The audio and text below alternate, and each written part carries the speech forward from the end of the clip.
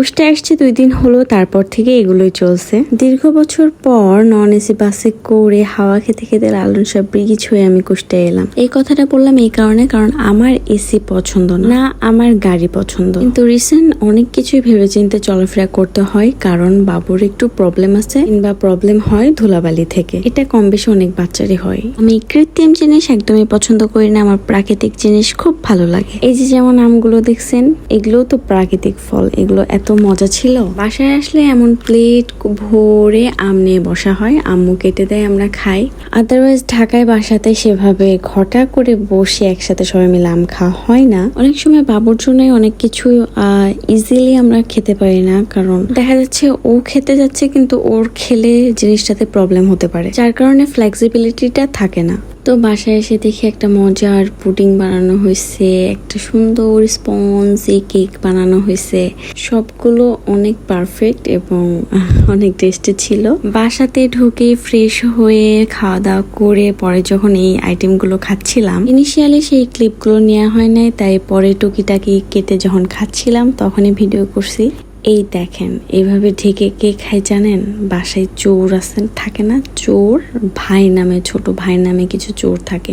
বোনরা এমন করে না, বোনরা দিয়েই খায়, কিন্তু ভাইগুলোই কিন্তু একটু এমন হয়, দরজা বন্ধ করে খায়, হাত দিয়ে ঢেকে খায়, আরো কত কি। এই যে আসার পরে শুরু হয়ে গেছে মারামারি।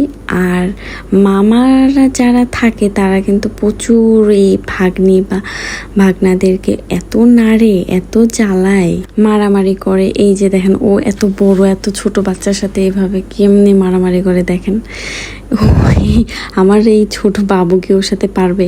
এটা কিন্তু ওই আগে শুরু করছে, আমার বাবু পরে শুরু করছে। দেখেন দেখেন ভয়ে পালাইতেছে বাবু। তো মারামারি পর্ব শেষে ডিসিশন নিলাম আমরা সবাই একটা মুভি দেখবো। তারপর সবাই মিলে একটা কি পচা মার্কা রাজনৈতিক নাটক নিয়ে যে বসলো। এই টাইপের মুভিগুলো আসলে ছেলেদেরই বেশি ভালো লাগে, মেয়েদের এতটা ভালো লাগার কথা না। আমি জানি বেশিরভাগ মেয়েদেরই লাভ স্টোরি পছন্দ। তো তারপরের দিন শুরু হয়ে গেল বিভিন্ন ধরনের রান্না বান্না, যেমন রোস্ট, পোলাও, বিফ, মাটন, ছোলার ডাল। এটা চলছিল রোস্টের প্রস্তুতি। তো এবার ঈদ আমরা কুষ্টিয়াতে করি নাই, ঈদের পরে যেহেতু কুষ্টিয়াতে আসার কথা ছিল তাই অ্যারেঞ্জমেন্টটাও ঠিক পরে হয়েছে। হয়তো আমাদের বাসায় কুষ্টিয়াতে সবসময় আপনার হচ্ছে ঈদের পরে বা ঈদের মুহূর্তে একটা অনেক বড় সড়ো দাওয়াত চলে, ছোটবেলা থেকে এটা চলে, মানে ছোটবেলা থেকে আমরা দেখে আসছি এই প্রক্রিয়াটা। আর এমনটা না হলে না ঈদটা কেমন জানি মানায় না, ভালো লাগে না, মনেই হয় না যে একটা ঈদ চলছে। ছোটবেলায় দেখতাম আম্মু কখনো কোনো নির্দিষ্ট মানুষের জন্য রান্না করতো না,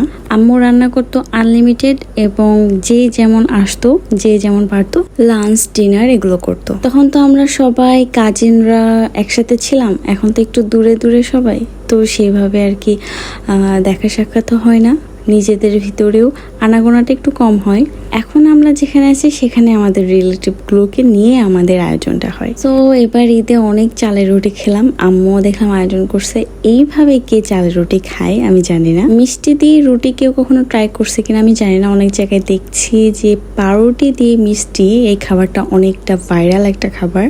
আমরা কিন্তু ছোটবেলা থেকে মিষ্টি দিয়ে রুটি খাই, আর খাবারটা কিন্তু বেশ মজার। তো এখানে আমি রসমালাই দিয়ে এবার চালের রুটিটা ট্রাই করলাম। রসমালাইটাও তো একটা মিষ্টি, তো সেই ক্ষেত্রে এটা ব্যতিক্রম কিছু লাগার কথা না, এবং লাগেও নাই। আমার কাছে বেশ ভালো লাগছে। তো বাসায় এরকম টুকিটাকি আয়োজন না হলে আসলে ভালো লাগে না। এই ফালুদাটা বেশ মজার ছিল। এটা ছিল অনেকটা ডেজার্ট আইটেম হিসেবে, বাসায় বানানো ডেজার্ট, নর্মালি ফালুদা মিক্স দিয়ে করা হয়েছিল। সো আল্লাহ হাফেজ।